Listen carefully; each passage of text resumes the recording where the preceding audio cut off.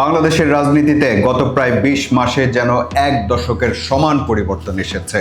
দীর্ঘ সময়ের প্রধানমন্ত্রী শেখ হাসিনার ক্ষমতাচ্যুত হওয়া, আওয়ামী লীগের নিষিদ্ধ হওয়া, বাংলাদেশ ভারত সম্পর্কের টানাপোড়েন, এমন অনেক কিছুই হয়েছে এই সময়ের মধ্যে। এমনকি এক সময় যাকে বাংলাদেশের সবচেয়ে ক্ষমতাধর রাজনৈতিক ব্যক্তি মনে করা হতো, সেই শেখ হাসিনার বিরুদ্ধেই হয়েছে বিচার, হয়েছে মৃত্যুদণ্ডের রায়। কিন্তু হঠাৎ করেই আবার আলোচনায় এসেছে একটি প্রশ্ন, শেখ হাসিনা কি ফিরবেন? ভারতের এক সংবাদ মাধ্যমে তিনি বলেছেন, মাথা উঁচু করেই ফিরব। আবার আওয়ামী লীগের ফেরা নিয়ে অনেক কথাই লিখেছেন সাবেক উপদেষ্টা মাহফুজ আলম। এ নিয়ে কথা বলেছেন ডক্টর আসিফ নজরুলও। এমনকি প্রধানমন্ত্রীর তথ্য ও সম্প্রচার মন্ত্রণালয় বিষয়ক উপদেষ্টা জাহেদুর রহমানও শেখ হাসিনার ফেরা নিয়ে মন্তব্য করেছেন। তাহলে কি বাংলাদেশের রাজনীতি আবার নতুন মোড় নিতে যাচ্ছে, নাকি এটা শুধুই রাজনৈতিক কৌশল? আজ আমরা চেষ্টা করব আবেগ নয়, বরং রাজনৈতিক বাস্তবতা দিয়ে বিষয়টা বোঝার। আমি মঞ্জুরুল করিম আপনাদের স্বাগত জানাচ্ছি প্রেক্ষাপটে। শেখ হাসিনা নিজেও ফিরতে চান, আবার বাংলাদেশ সরকারও তাকে ফেরাতে চায়। তিনি ফিরতে চান মাথা উঁচু করে, আর সরকার তাকে ফেরাতে চায় বিচার আর আদালতের রায় বাস্তবায়নের জন্য। ২০২৪ সালের ৫ আগস্টের পর এই ইস্যুটাই ভিন্ন ভিন্নভাবে ফিরে এসেছে। অন্তর্বর্তী সরকার বারবার ভারতের কাছে শেখ হাসিনাকে ফেরত দেওয়ার আনুষ্ঠানিক আবেদন জানিয়েছেন। এ বিষয়ে দুই দেশের মধ্যে থাকা আইনের বিষয় নিয়েও অনেক ব্যাখ্যা, বিশ্লেষণ আর আলোচনা হয়েছে। এমনকি বর্তমান বিএনপি সরকারের পররাষ্ট্রমন্ত্রী খলিলুর রহমানও তার ভারত সফরের সময় শেখ হাসিনা ও সাবেক স্বরাষ্ট্রমন্ত্রী আসাদুজ্জামান খান কামালকে ফিরিয়ে দেওয়ার আবেদন জানান। তবে ভারতের পক্ষ থেকে এখন পর্যন্ত ইতিবাচক কোনো সাড়া পাওয়া যায়নি। কিন্তু শেখ হাসিনার দেশে ফেরা আর আওয়ামী লীগের রাজনীতিতে ফেরার ইস্যুটা গত কয়েকদিন ধরে আবারও আলোচনার তুঙ্গে। বিষয়টা বড় ইস্যু হয়ে ওঠে যখন ভারতের আনন্দবাজার পত্রিকায় এক সাক্ষাৎকার দেন শেখ হাসিনা এবং সেই সাক্ষাৎকারে বলেন, আমি দ্রুতই বাংলাদেশের মাটিতে ফিরব, মাথা উঁচু করে দেশে গণতান্ত্রিক পরিবেশ ফেরানোর গর্ব নিয়ে ফিরব। এটা কি আত্মবিশ্বাস, নাকি দলীয় নেতাকর্মীদের মনোবল চাঙ্গা রাখার কৌশল? যেটাই হোক, তার ফেরা নিয়ে এরপরই শুরু হয় আলোচনা আর জল্পনা কল্পনা। অন্তর্বর্তী সরকারের সাবেক উপদেষ্টা মাহফুজ আলম সেই রাতেই আওয়ামী লীগের ফেরা নিয়ে একটা দীর্ঘ লেখা দেন তার ফেসবুক পেজে। সেই লেখার প্রথম অংশটা এমন ছিল, লীগ সেদিনই ব্যাক করেছে যেদিন ২৪কে ৭১-এর বিরুদ্ধে দাঁড় করিয়েছিল স্বাধীনতার বিরুদ্ধের শক্তি। লীগ সেদিনই ব্যাক করেছে যেদিন থেকে ডানপন্থীদের উত্থানের জন্য অন্তরীণ সরকারের লোকজন কাজ করা শুরু করেছে। লীগ সেদিনই ব্যাক করেছে যেদিন আইনের শাসনের বদলে মবের শাসনে আনন্দ পেয়েছিল গত ১৭ বছরের মজলুমগণ। লীগ সেদিনই ব্যাক করেছিল যেদিন থেকে উগ্রবাদীরা মাজারে হামলা করেছে, মসজিদ থেকে ভিন্ন মতাবলম্বীদের বের করে দিয়েছে।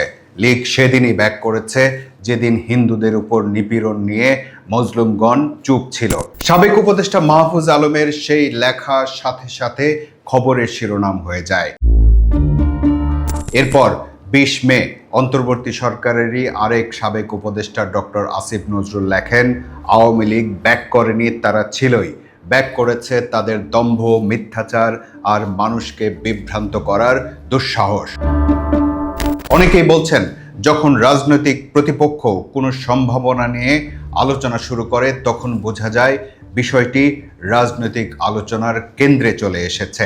এখানেই শেষ নয়, শেখ হাসিনার ফেরার প্রসঙ্গে মন্তব্য করেছেন প্রধানমন্ত্রীর তথ্য ও সম্প্রচার মন্ত্রণালয় বিষয়ক উপদেষ্টা জাহেদুর রহমানও।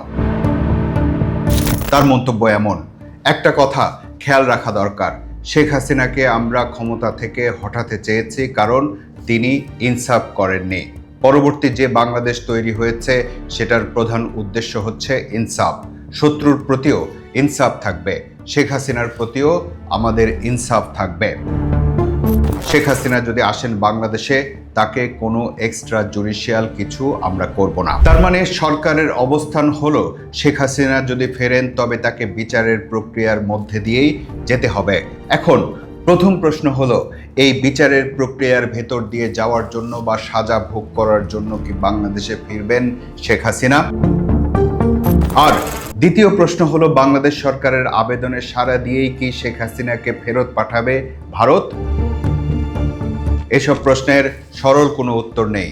সবকিছু নির্ভর করে রাজনৈতিক, কূটনৈতিক ও দুই দেশের পারস্পরিক সম্পর্কের প্রেক্ষাপটের উপর। এর সাথে জড়িয়ে আছে আঞ্চলিক প্রভাব, নিরাপত্তার হিসাব, দীর্ঘ রাজনৈতিক সম্পর্ক আর বাংলাদেশের ভবিষ্যৎ পাওয়ার ইকুয়েশন। এক্ষেত্রে ভারত অবশ্য কিছু ঝুঁকিও নিচ্ছে, যেমন এর ফলে বাংলাদেশে অ্যান্টি ইন্ডিয়া সেন্টিমেন্ট বাড়তে পারে, দ্বিপাক্ষিক সম্পর্কের উপর চাপ তৈরি হতে পারে এবং আঞ্চলিক কূটনৈতিক ইমেজের উপর প্রভাব পড়তে পারে। অনেক বিশ্লেষক মনে করেন, ভারত শুধু বাংলাদেশের সাবেক একজন প্রধানমন্ত্রীকে আশ্রয় দিচ্ছে না, বরং ভবিষ্যতের সম্ভাবনাও খোলা রাখছে। অনেকেই বলেন, শেখ হাসিনার দেশে ফেরা আর আওয়ামী লীগের রাজনীতিতে ফেরা একে অপরের সাথে সম্পর্কিত। শেখ হাসিনা যদি কখনো বিচারের প্রক্রিয়া মেনে নিয়েই ফেরেন, তাহলে কি আওয়ামী লীগও রাজনীতিতে ফিরবে? এখানেও একটা জটিল সমীকরণ আছে। বাংলাদেশে আওয়ামী লীগ তো দল হিসেবেও নিষিদ্ধ। তাহলে কেউ কেউ মনে করেন, এই নিষেধাজ্ঞাও কোনো না কোনো সময় উঠে যেতে পারে যদি শেখ হাসিনাকে বাদ দিয়ে আওয়ামী লীগকে রিব্র্যান্ডিং করা হয়। এমন আলোচনা হয়েছেও বহুবার। অনেকেই মনে করেন, দীর্ঘ সময়ের ক্ষমতার বিরুদ্ধে মানুষের ক্ষোভ, ভাবমূর্তির সংকট, এসব থেকে দলটি সহজেই বের হতে পারবে না। কিন্তু কারো কারো আবার ভিন্ন যুক্তিও আছে। তারা মনে করেন, বাংলাদেশের মতো দেশে এত বড় সাংগঠনিক শক্তি পুরোপুরি হারিয়ে যাওয়া সহজ নয়। তাদের যুক্তি হলো, বাংলাদেশের রাজনীতিতে অনেক দল দুর্বল হয়েছে, কিন্তু পুরোপুরি মুছে যাওয়া সেটা খুব কমই ঘটেছে। শেখ হাসিনা বা আওয়ামী লীগের ফেরার ক্ষেত্রে আরও কিছু গুরুত্বপূর্ণ ফ্যাক্টর আছে বলে মনে করেন অনেকেই। প্রথম ফ্যাক্টর যে ভারত, সেটা তো আগেই বলেছি। দ্বিতীয় ফ্যাক্টর হলো বাংলাদেশের অভ্যন্তরীণ রাজনীতি। আওয়ামী লীগ নিষিদ্ধ হওয়ার পর বাংলাদেশের রাজনীতি এখন বিএনপি, জামায়াত আর এনসিপিকে কেন্দ্র করে আবর্তিত হচ্ছে। সেক্ষেত্রে জামায়াত বহুদিন ধরেই একটি বড় পাওয়ার ইকুয়েশন। ভবিষ্যৎ রাজনৈতিক মেরুকরণে যদি কোনো পক্ষ মনে করে জামায়াতকে ঠেকাতে একটা পুরনো ফোর্স দরকার, তাহলে আওয়ামী লীগকে ঘিরে নতুন হিসাব শুরু হলেও হতে পারে। তৃতীয় ফ্যাক্টর হলো ক্ষমতাসীনদের জনপ্রিয়তার সংকট। বাংলাদেশের রাজনীতিতে বিরোধী শক্তির উত্থান অনেক সময় নিজেদের শক্তির চেয়ে ক্ষমতাসীনদের দুর্বলতার উপর বেশি নির্ভর করেছে। অর্থনৈতিক চাপ, রাজনৈতিক বিভাজন, আইন শৃঙ্খলার সংকট বা জন অসন্তোষ বাড়লে পুরনো, এমনকি আইনগতভাবে নিষিদ্ধ রাজনৈতিক শক্তিও আবার জায়গা পেতে পারে। চতুর্থ ফ্যাক্টর হলো আন্তর্জাতিক মেরুকরণ। অনেক সময় বলা হয় যে বাংলাদেশের রাজনীতি শুধু ঢাকায় নির্ধারিত হয় না, দিল্লি, ওয়াশিংটন কিংবা বেইজিং এর হিসাবও এতে প্রভাব ফেলে। সেক্ষেত্রে ভারতের কৌশল, পশ্চিমা বিশ্বের অগ্রাধিকারে পরিবর্তন কিংবা আঞ্চলিক নিরাপত্তা পরিস্থিতি যদি নতুন দিকে যায়, তাহলে বাংলাদেশের রাজনৈতিক সমীকরণেও তার প্রভাব পড়তে পারে। এসবের জন্য হয়তো অপেক্ষা করতে পারেন শেখ হাসিনা ও আওয়ামী লীগ। আনন্দবাজারের সাথে সাক্ষাৎকারে এমন ইঙ্গিতও দিয়েছেন তিনি। বলেছেন, এই অবস্থায় যারা বাইরে রয়েছেন তারা বিশ্বের বিভিন্ন মানবাধিকার সংগঠনে বাংলাদেশের প্রকৃত পরিস্থিতি তুলে ধরছেন, সামাজিক মাধ্যমে সক্রিয় রয়েছেন। এই কথাতে এটা পরিষ্কার যে আওয়ামী লীগ হয়তো একটা দীর্ঘ অপেক্ষার পথ বেছে নিতে যাচ্ছে। আর মাথা উঁচু করে ফিরতে হলে বাংলাদেশে বহু কিছু পরিবর্তনের জন্য অপেক্ষা করতে হবে।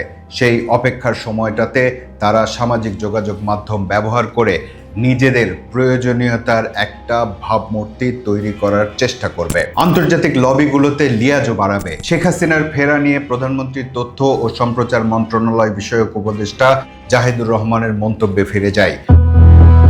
তিনি বলেছেন, উনার বিচার হয়েছে, উনাকে ডিফেন্ড করতে আবার দেওয়া হবে। তাতে তার মৃত্যুদণ্ডাদেশ থেকে যদি তিনি মুক্তি পান, টেকনিক্যালি বলছি, সেটা আমরা মানব। আর যদি না হয়, সেটা কার্যকর হবে। এটাই হচ্ছে ইনসাফ। তার মানে কি এটা যে শেখ হাসিনা ফিরলে আদালতের রায়ের বিরুদ্ধে আপিল করার সুযোগ পাবেন তিনি?